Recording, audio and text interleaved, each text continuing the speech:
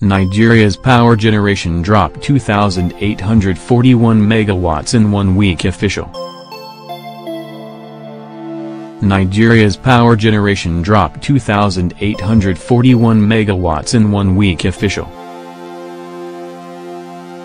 The Transmission Company of Nigeria, TCN, wheeled out 22,978 megawatts of electricity between July 17 to July 23 against the 25,819 megawatts generated in the previous week.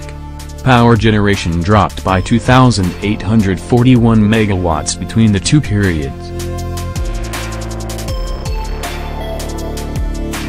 The daily statistics of TCN operations obtained by the news agency of Nigeria, NAN, from the Nigerian Electricity System Operator, SO, a section of the TCN, showed that power generation between July 17 and July 23 was taken by 11 distribution companies.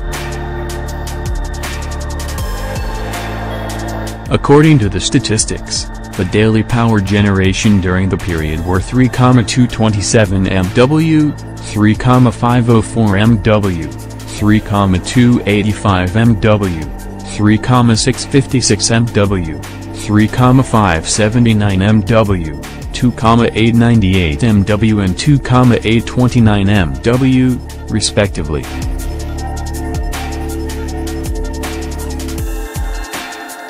However, the daily distribution to distribution companies, DISCOs, between July 10 and July 16 were 3,511 MW, 3,973 MW, 3,915 MW, 3,947 MW, 3,511 mm, 3,487 MW and 3,475 MW, respectively.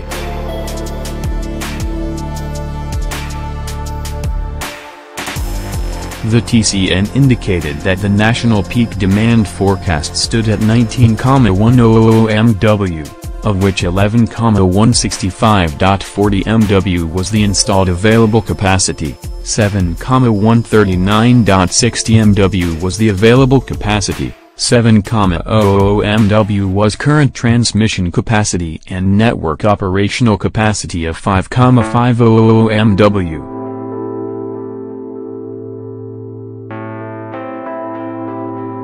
The peak generation ever attained in Nigeria was 5,074.7 MW, while the maximum energy ever attained stood at 109,37201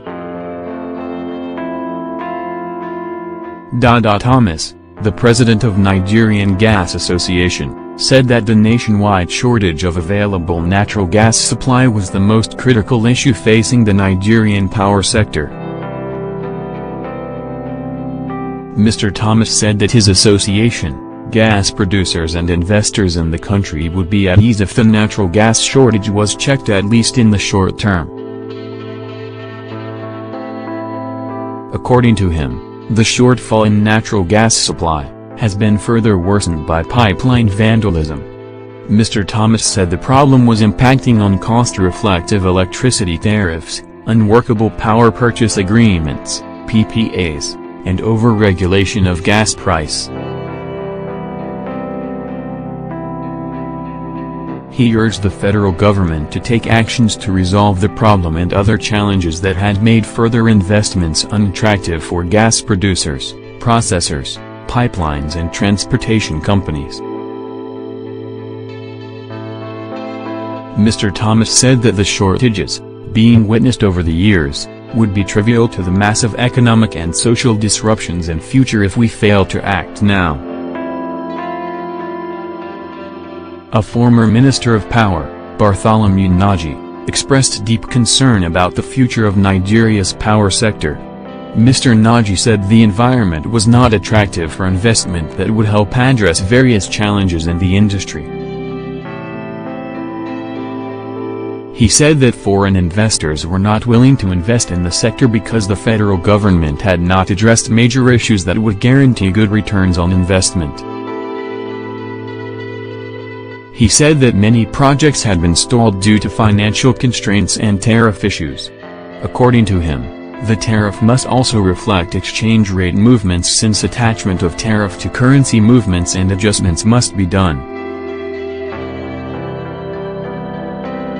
Tariff review will also help discos to recover costs and pay for gas. Mr. Nagy also said that lack of industry deregulation and absence of proper legislation had discouraged investment, because it is the only deregulation that will allow investors to consider investment in gas production and transportation. NAN recalls that Babatunde Fashola, the Minister of Power, Works and Housing, on July 5, said that the TCN would undertake 200 projects to improve power supply.